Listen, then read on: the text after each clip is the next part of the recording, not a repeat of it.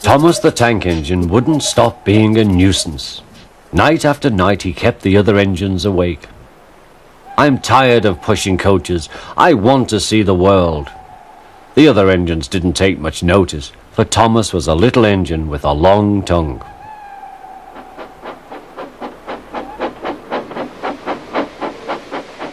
But one night Edward came to the shed. He was a kind little engine and felt sorry for Thomas. "I've got some trucks to take home tomorrow. If you take them instead of me, I'll push coaches in the yard." "Thank you," said Thomas. "That will be nice." Next morning, Edward and Thomas asked their drivers, and when they said yes, Thomas ran off happily to find trucks.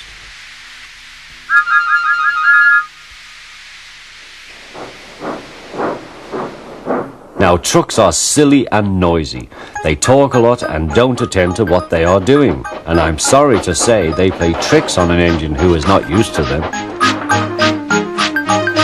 Edward knew all about trucks. He warned Thomas to be careful, but Thomas was too excited to listen.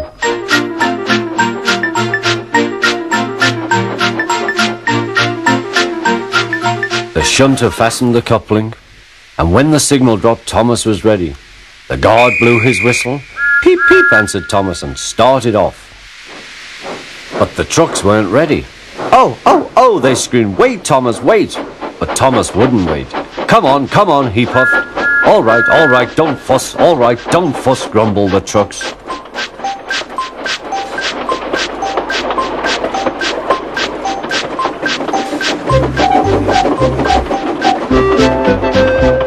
Thomas began going faster and faster. "Whee!" he whistled as he rushed through Henry's tunnel.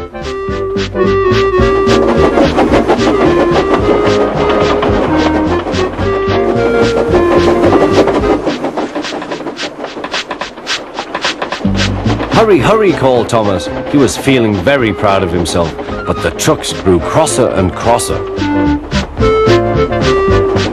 At last, Thomas slowed down as he came to Gordon's Hill.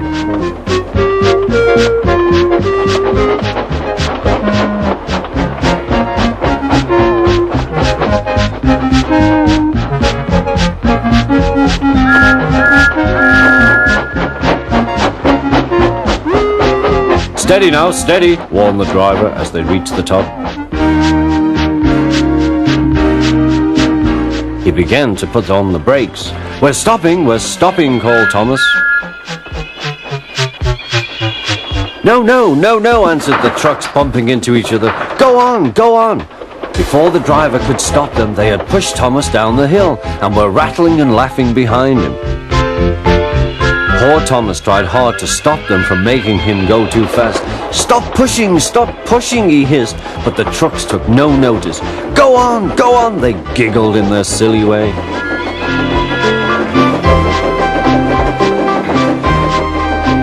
"There's the station. Oh dear, what shall I do?" he cried.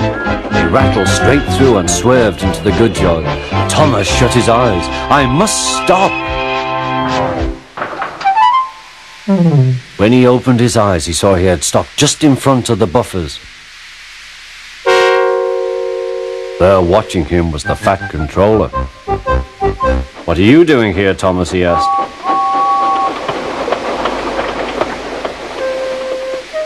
"I brought Edward's trucks," Thomas answered. "Why did you come so fast?" "I didn't mean to. I was pushed," said Thomas. "You've got a lot to learn about trucks then, little Thomas. After pushing them about here for a few weeks, you'll know almost as much about them as Edward. Then you'll be a really useful engine."